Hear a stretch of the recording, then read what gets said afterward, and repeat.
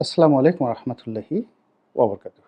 সম্মানিত দর্শক, আমাদের এই সময়টিতে যে সকল শব্দ বহু মানুষের মুখে একসঙ্গে উচ্চারিত হচ্ছে, সেই শব্দগুলোর মধ্যে প্রধানতম শব্দ হলো আগেই ভালো ছিলাম।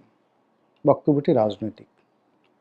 বর্তমানে ডক্টর মোহাম্মদ ইউনূসের নেতৃত্বাধীন যে অন্তর্বর্তীকালীন সরকারের শাসন ব্যবস্থা চলছে, এই শাসন ব্যবস্থাকে কেন্দ্র করে মানুষের আশা এবং আকাঙ্ক্ষার আত্মাহুতি।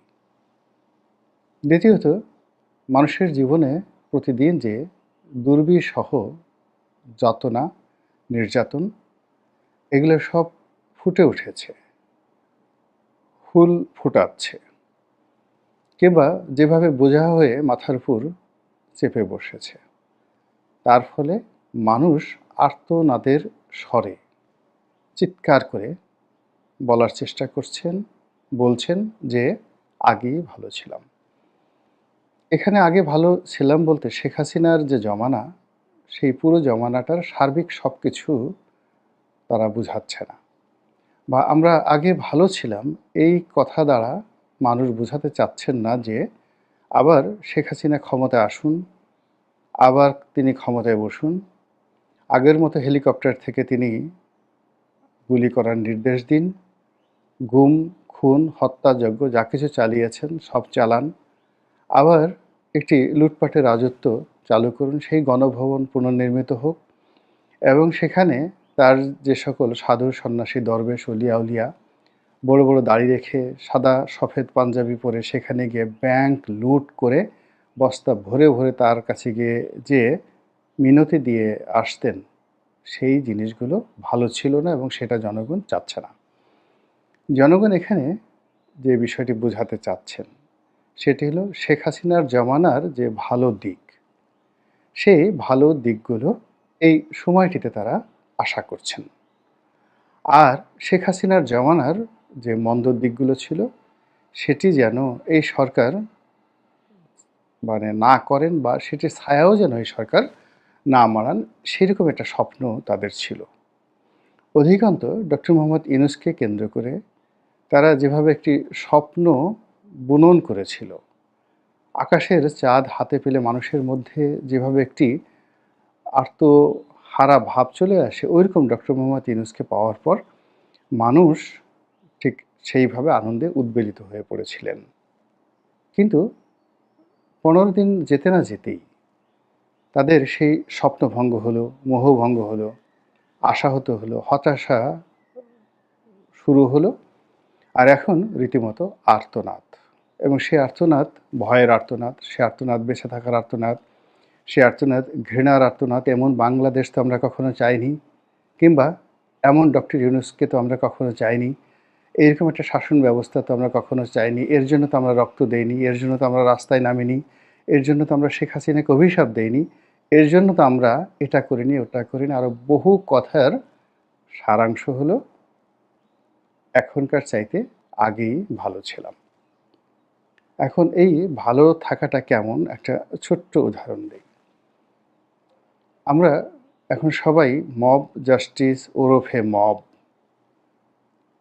যা হচ্ছে মবের নামে, সেই মব ডাকাতির কেউ কেউ শিকার হয়েছি, অনেকেই হইনি। কিন্তু এই মবের যে ঘটনাটি, সেই ঘটনাটি আমরা এখন ঘৃণা করতেও ভয় পাচ্ছি, এমন একটা অবস্থা হয়ে যাচ্ছে। গুলশান, বনানী, ধানমন্ডি থেকে শুরু করে এমন কোনো এলাকা নেই, যদি কোনোদিন শুনি যে উপদেষ্টা আসিফ নজরুলের বাড়িতে মব চালানো হয়েছে। রেজওয়ানের বাসায় ছাত্র জনতা, ১,০০০ ছাত্র জনতা গিয়েছে, পুলিশ গিয়ে ঘেরাও করেছে এবং তার বাসায় সেই আমেরিকার টাকা আছে, ডলার আছে, পাউন্ড আছে, এই জন্য তার বাসা তল্লাশি চালানো হবে। আদিলুর রহমানের বাসায় তল্লাশি চালানো হবে, ১,০০০ লোক তার বাসার সামনে উপস্থিত রাত ৩টার সময়। অবাক হওয়ার মতো কোনো ঘটনা নেই এবং এই ঘটনা বাংলাদেশে ঘটতে পারে। ফলে কি হলো, আদিলুর রহমান সাহেব, রেজওয়ানা সহ ডক্টর আসিফ নজরুল, তিনি সহ প্রায় সবাই এই মবের ভয়ে এখন আতঙ্কিত এবং এটি ধীরে ধীরে বাড়ছে। সরকারের অনেক উপদেষ্টা প্রকাশ্যেই বলার চেষ্টা করছেন যে আমরা এখন আর এই মব জাস্টিস মেনে নেব না, কঠোর হব। কিন্তু কঠোর হওয়া তো দূরের কথা, ডে বাই ডে এটি আরও মানে কি বলবো ম্যাটিকুলাসলি বেড়ে যাচ্ছে। ম্যাথমেটিক্যালি নয়, জ্যামিতির হারে বেড়ে যাচ্ছে। সব খবর পত্রপত্রিকায় আসে না। ছোট্ট একটা উদাহরণ দিলেই বুঝতে পারবেন যে এই গুলশানে যে ঘটনাটি ঘটল, ডক্টর এস টি ইমামের ছেলের যে সাবেক পুত্রবধূ, ডক্টর এস টি ইমামের সাবেক পুত্রবধূ মানে তার ছেলের সাবেক স্ত্রী, তিনি এক গার্মেন্টস ব্যবসায়ীকে বিয়ে করেছেন। সেই ব্যবসায়ীর সঙ্গে জনৈক রাজনৈতিক নেতার অন্তর্ঘাত ছিল, দ্বন্দ্ব ছিল, সংঘাত ছিল। তিনি একটা মব সৃষ্টি করে সেখানে সেই বাসায় লুটপাট ভাঙচুর চালিয়েছেন। ৩ জন ধরা পড়েছে। এরপর থেকে সরকারের টনক নড়ল এবং তারা বলল এটা বরদাস্ত করা হবে না। কিন্তু আজকে এই ভিডিওটা করছি মার্চ মাসের ১২ তারিখ। গতকাল রাতে মোহাম্মদপুর ৭ মসজিদ রোড এলাকাতে রাত্রে একটা বাসায় মব চালানো হয়। ৫০ থেকে ৬০ জন ছাত্র জনতা, তার সঙ্গে পুলিশের ডিবির একজন কর্মকর্তা এবং আরও কিছু পুলিশ। যে বাসায় এই আক্রমণ চালানো হয় বলা হয় এটা হলো মানিকগঞ্জের জনপ্রিয় যে মেয়র রমজান আলীর বাসা এটা, এবং এই বাসায় শত শত কোটি টাকা আছে। এবং যেটা শোনা যায় যে এই বাসায় সে টাকা উদ্ধার করে দুই পক্ষ, আপনারা তো বুঝতে পারছেন দুই পক্ষ কারা, যারা ওখানে উপস্থিত হয়েছিলেন তারা সমানভাবে ভাগাভাগি করে নেবেন এই চুক্তিতে গভীর রাতে সেই বাড়িতে হামলা চালানো হয়। আপনারা সবাই জানেন যে মানিকগঞ্জের মেয়র রমজান সহজ সরল একজন জনপ্রিয় ব্যক্তিত্ব। তার ভাই উপজেলা চেয়ারম্যান এবং দীর্ঘদিন ধরে তিনি মানিকগঞ্জ পৌরসভাতে মেয়রগিরি করছেন। তার আরেকটি পরিচয় হলো তিনি শিল্পী, সাবেক সংসদ সদস্য মমতাজের সাবেক স্বামী। তো এত কিছুর পরেও মানিকগঞ্জ গিয়ে খোঁজ নিয়ে দেখেন যে রমজানের জনপ্রিয়তার মান কোন পর্যায়ে। তার এবং তার ভাই এমনকি মমতাজের বিরুদ্ধে দুর্নীতি, অনিয়ম, লুটপাটের ন্যূনতম কোনো অভিযোগ আছে কি নেই। তো এইরকম একজন জনপ্রিয় ব্যক্তি, এইরকম যে যার জীবনের পুরো অংশটাই রাজনীতিতে ব্যয় করেছেন সৎভাবে। তো তার নিজের বাসা নেই ঢাকাতে, তার মেয়ের বাসা ওখানে। তার সেই মেয়ের বাসায় এসে এই মব সৃষ্টিকারীরা পুলিশের সহযোগিতা নিয়ে রাতে তাণ্ডব চালালো। রমজানকে খুঁজলো, রমজানকে পেল না। টাকা খুঁজলো, টাকা পেল না।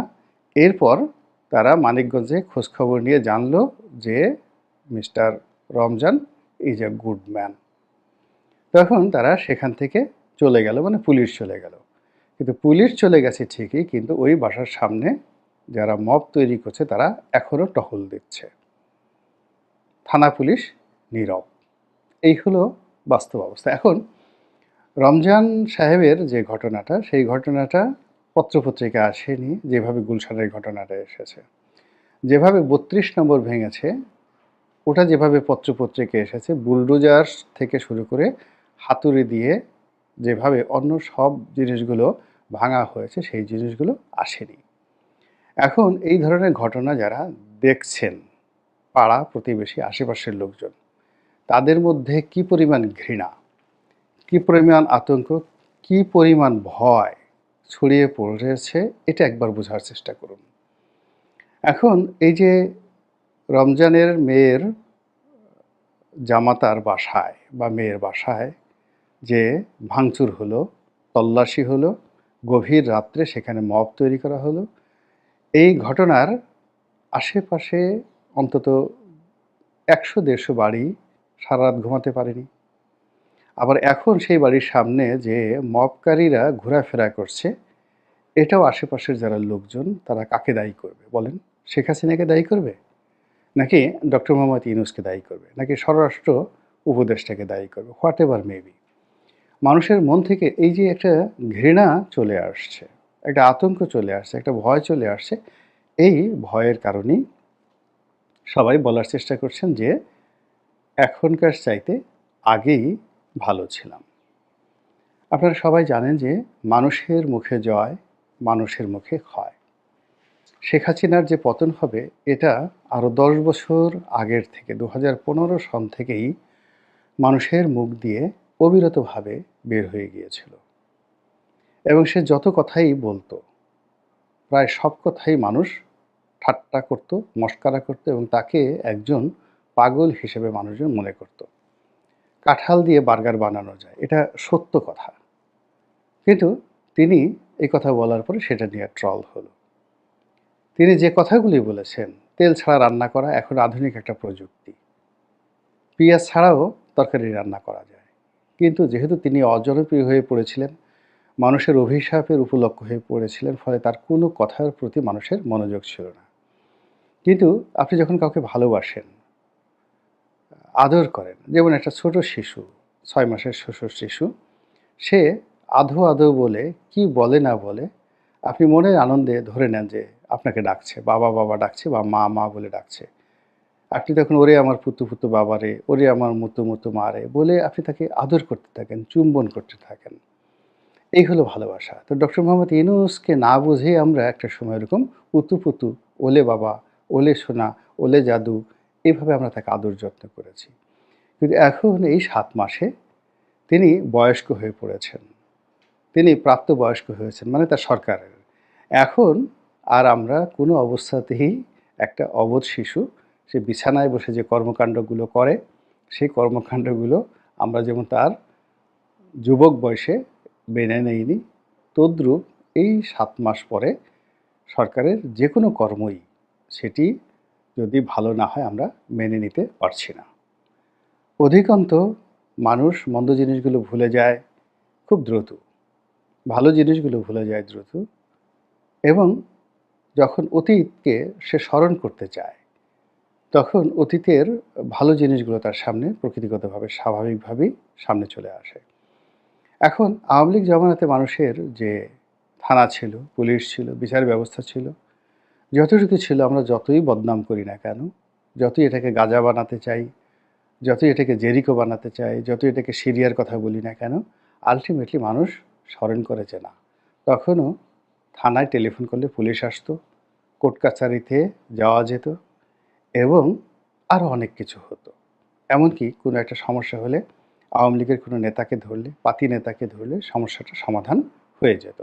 এরকম মব জাস্টিসের মতো, মব সন্ত্রাসের মতো, মব ডাকাতির মতো, মব চুরির মতো কোনো ঘটনা আগের জমানাতে ঘটেনি। এরকম অসংখ্য, কেবলমাত্র মব বললে ভুল হবে, এরকম অসংখ্য ঘটনা। মেয়েদের ওড়না পড়তে হবে, এইখানে স্যানিটারি ন্যাপকিন বিক্রি করা যাবে না, এই স্লোগান দিতে হবে। এই সমস্ত হাজারো যন্ত্রণা মানুষের জীবনকে রীতিমতো অতিষ্ঠ করে তুলছে। মহান আল্লাহ রাব্বুল আলামিন আমাদের সবাইকে এই যন্ত্রণা থেকে রক্ষা করুন, হেফাজত করুন এবং হেদায়েত দান করুন আমাদের সবাইকে। আসসালামু আলাইকুম ওয়া রাহমাতুল্লাহি ওয়া বারাকাতুহু।